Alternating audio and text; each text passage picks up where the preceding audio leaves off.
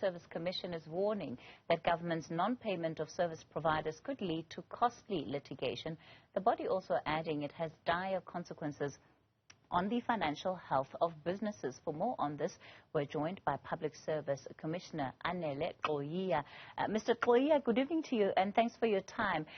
The PAC really sounds like a broken record on this issue because over a period of years, you have been warning against the absolute disregard for supply chain processes in as far as it relates to the payment of service providers within this 30-day period. But what we're seeing from these numbers before us in your report is that the situation is not only getting better, but it's worsening by the day.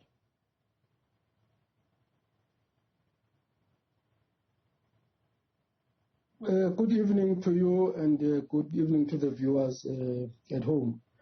We must indicate that as the Public Service Commission, we are indeed making inroads in bringing this matter to the attention of the executive authorities. And we are seeing movements, albeit very slow, in relation to that. However, we will not rest as the Commission until we find this matter being addressed, because our view is that this not only affects businesses, but it affects livelihoods, because some of the businesses, especially your small, mediums and micro enterprises, they are owned by people who've got families to feed, and they only rely on those businesses as forms of, as their sources of income. Therefore, we can't just leave it because we've been saying it over and over again. So we will continue to communicate this matter and we will continue to warn government. And of course, there is proof that our advice to government is a genuine advice.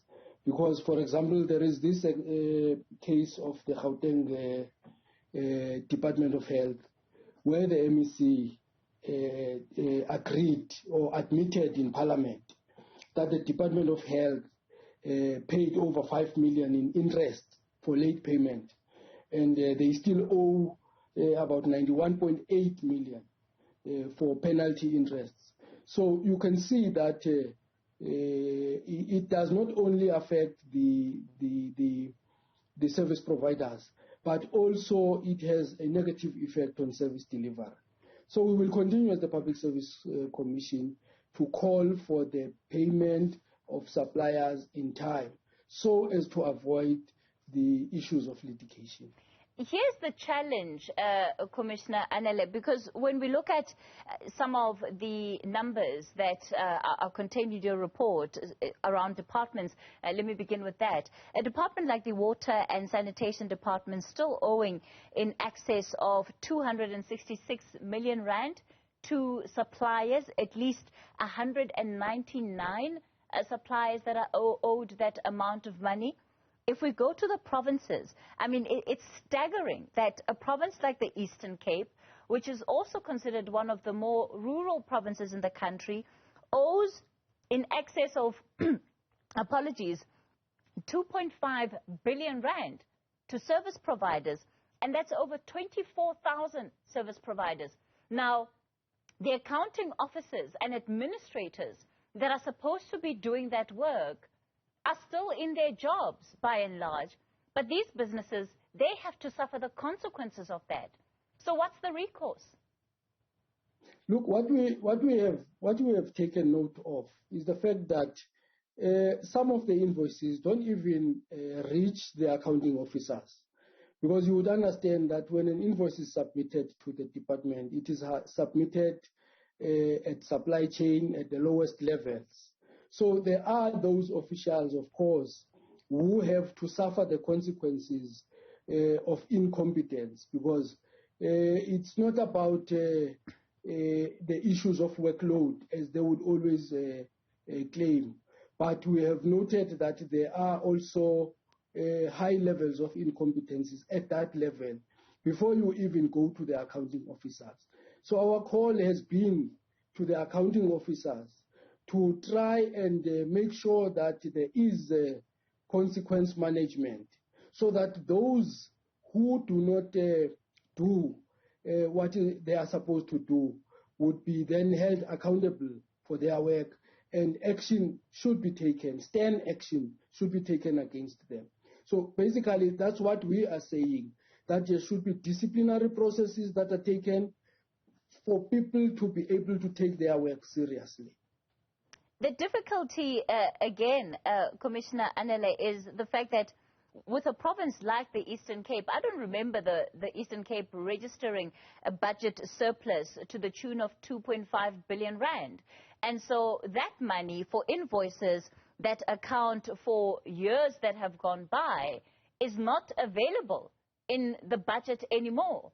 So the likelihood of these service providers ever getting what is owed to them becomes even more slim, given the fact that, these budgets are decreasing, they're not increasing. So how do you advise governments to deal with that? Because that is also the big issue of where is the money going to pay these service providers? Where is that money going to come from?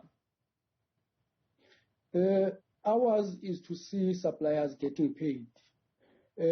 How they get paid becomes the responsibilities of those who owe them, because they have led to this particular situation, and they must see to it that they come out of the situation. But we cannot use that the fact that the budget is low, therefore they can't be able to reach out and pay those amounts of money. Ours is to say, let the service providers be paid. Let's see them be paid. If they enter into agreements for down payment, so be it. But let the service providers be paid. Because we have seen businesses closing down. We have seen people getting their assets attached because they owe their creditors. Because some of them had to make loans in order to be able to render the services. And after rendering those services, then they could not be paid. So what we emphasize is consequence management. To us, it is very important. And they must also see to it that they get out of the hole that they have put themselves in. Is it not time for there to be a consideration of more punitive sanctions or greater sanctions against these departments, provincial governments, especially those that are repeat offenders and whose debt book just keeps growing, and the list of service providers who are owed just keeps growing? Of course, there should be consequences. They should suffer consequences for their action. We have made clear recommendations to the different departments in terms of how they should act against those who are unable to execute the work that they are employed to do. Because there are contracts that they enter into with the employer in order to be able to render those services. And if they fail to render those services, so there should be stern action taken against them. And of course, I concur with you when you say there should be harsh. I wouldn't want to say punitive, because our belief is that discipline should be corrective and not punitive. However, there should be stern action taken, and it should not only end in the form of warnings and all the lighter sentences, but there should be harsher sentences or harsher sanctions that are given to those who underperform and those who are negligent in doing their work. But, Mr. Gxoyiya, I hear you on, the view of the PSC around corrective measures and not necessarily punitive measures. But when we see the extent to which service providers are being completely disregarded here, this does not speak to behavior of people that want to be corrected. It speaks to behavior and patterns of government departments and provincial departments that are taking advantage of, by and large, small businesses who render services to them and yet at the end of the day do not pay for those services. Yeah, but what you can also take into consideration is the fact that in many of these departments, there's been a high turnover of officials, and many of the officials have inherited the crisis. However, their responsibility is to ensure that they take those departments out of the crisis that they find themselves in. Hence, we are saying we shouldn't be blanket in dealing with in our approach with this matter.